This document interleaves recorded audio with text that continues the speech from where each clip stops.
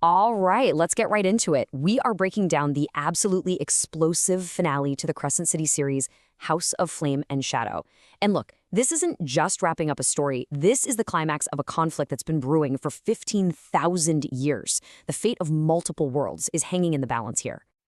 And the book just throws you right into the deep end with this line from the prologue. I mean, wow. This isn't just a hook. It's the entire mood of the book.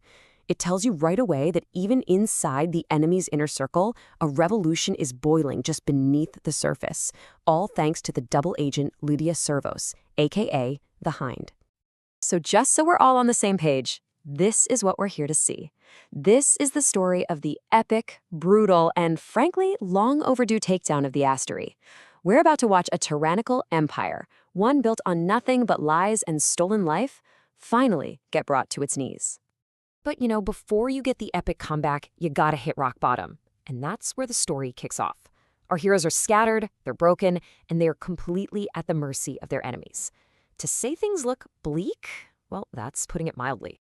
So you've basically got this split screen of suffering, right? On one side, you've got Bryce, who's been thrown into a totally unfamiliar world, Prithian, and she is all alone. And on the other side, her mate, Hunt, and her brother, Rune, are being tortured in the Asteri's dungeons. One is a battle of wits and survival, the other, just pure endurance. And back on their home turf in Midgard, things are just as bad. You have Lydia walking this insane tightrope, pretending to be loyal while plotting treason. You've got Ithon and Therion trying to pull together a resistance that's, well, it's pretty much just a handful of scared people. The Asteri have a total lockdown on all information.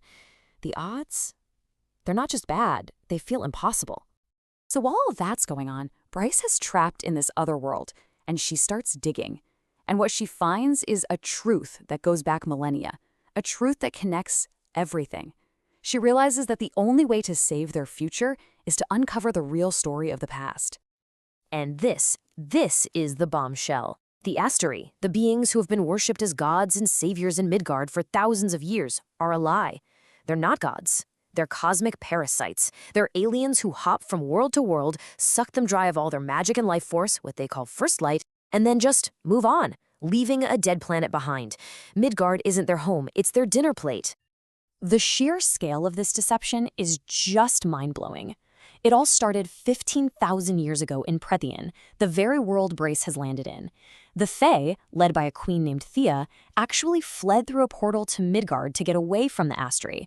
But the Asteri followed them, killed Thea, and then completely rewrote history, painting themselves as heroes, a lie that has stood for 15 millennia.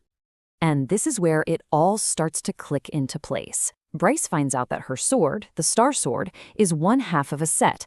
The other half, a dagger called Truth Teller, is right there in Prithian. And when these two are brought together, they aren't just weapons. Oh, no. They are keys. Keys with the reality-bending power to open portals, cross worlds, and maybe change everything. Okay, so with this knowledge, the tide finally starts to turn. Let's jump back to Midgard because it's time for the first major blow against the Asteri. A crazy, impossible prison break that's going to prove that these so-called gods can, in fact, bleed. And it all hangs on this incredibly detailed, high-stakes plan from Lydia. I mean, it's a classic heist movie setup. Step 1, cause a massive diversion by blowing up part of a mountain range. Step 2, use that chaos to sneak into the most secure prison in the world. Step 3, break out the prisoners. Step 4, get everyone to the coast to escape in an underwater sub. Simple, right? No pressure. But of course, it doesn't go that smoothly. The escape immediately turns into this frantic chase.